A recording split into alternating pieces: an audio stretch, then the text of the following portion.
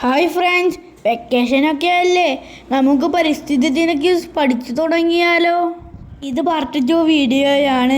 Part 1 video എല്ലാവരും പോയി കാണണേ. ഓസോൺ പാളിയുടെ ശോഷണത്തിന് കാരണമായ വാതകം ക്ലോറോഫ്ലൂറോകാർബൺ. കല്ലേൽ പൊക്കുടൻ ഏതു മേഖലയുമായി ബന്ധപ്പെട്ടിരിക്കുന്നു?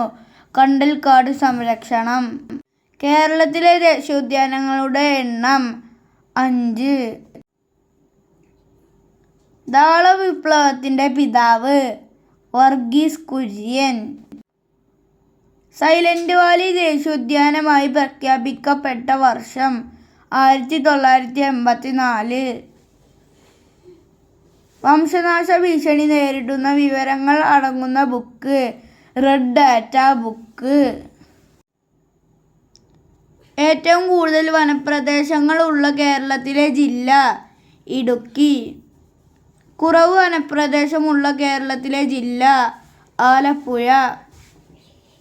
സൈലന്റ് വാലി ദേശീയോദ്യാനം ഉദ്ഘാടനം ചെയ്ത പ്രധാനമന്ത്രി രാജീവ് ഗാന്ധി. മരം മരിക്കുന്നതും മനുഷ്യൻ മരിക്കുന്നതും ഒരുപോലെ. ആരുടെ വാക്കുകൾ? സുന്ദർലാൽ ബഹുഗുണ. കേരളത്തിൽ ജൈവ കൃഷിയുടെ ബ്രാൻഡ് അംബാസിഡർ ആര്? മഞ്ജു വാര്യർ. ഏഷ്യയിലെ ആദ്യത്തെ ബട്ടർഫ്ലൈ സഫാരി പാർക്ക് എവിടെ? തെന്മല, കൊല്ലം. കേരളത്തിൽ ഏറ്റവും ഉയരത്തിൽ സ്ഥിതി ചെയ്യുന്ന തടാകം പൂക്കോട്ട് തടാകം, വയനാട്. കേരളത്തിൽ ഏറ്റവും കുറവ് റിസർവ് വനമുള്ള ജില്ല ഏത്? പത്തനംതിട്ട. കേരള കാർഷിക സർവകലാശാലയുടെ ആസ്ഥാനം എവിടെ? മണ്ണുത്തി, തൃശൂർ.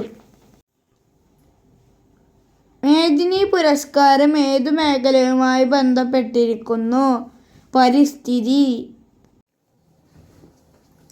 1950 വനമഹോത്സവത്തിന് തുടക്കം കുറിച്ചത് ആര്?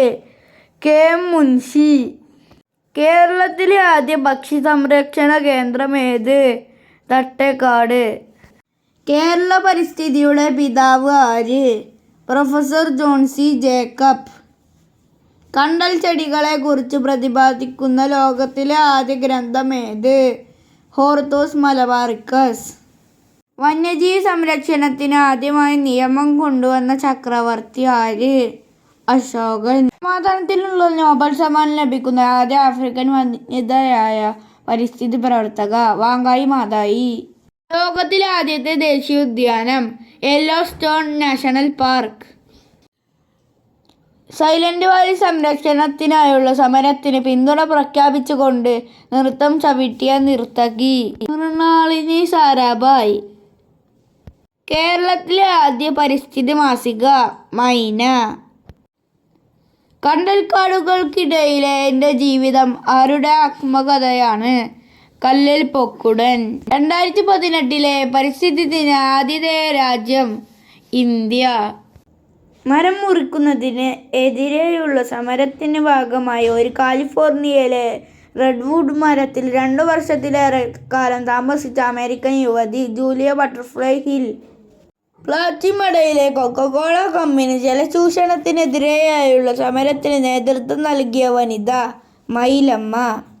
പ്രകൃതി സംരക്ഷണ പ്രവർത്തകർക്ക് ഇന്ത്യ ഗവൺമെന്റ് നൽകുന്ന ആദ്യ വിക്ഷമുക്ത പുരസ്കാരം ലഭിച്ചതാർക്ക്? സുഗതകുമാരി.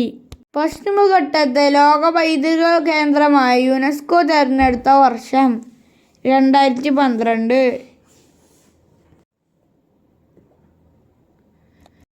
ഡോഡ പക്ഷിയുടെ വംശനാശത്തിനൊപ്പം വംശനാശ ഭീഷണിയിലായ വൃക്ഷം ഏത്? Calvaria major. Please like and subscribe.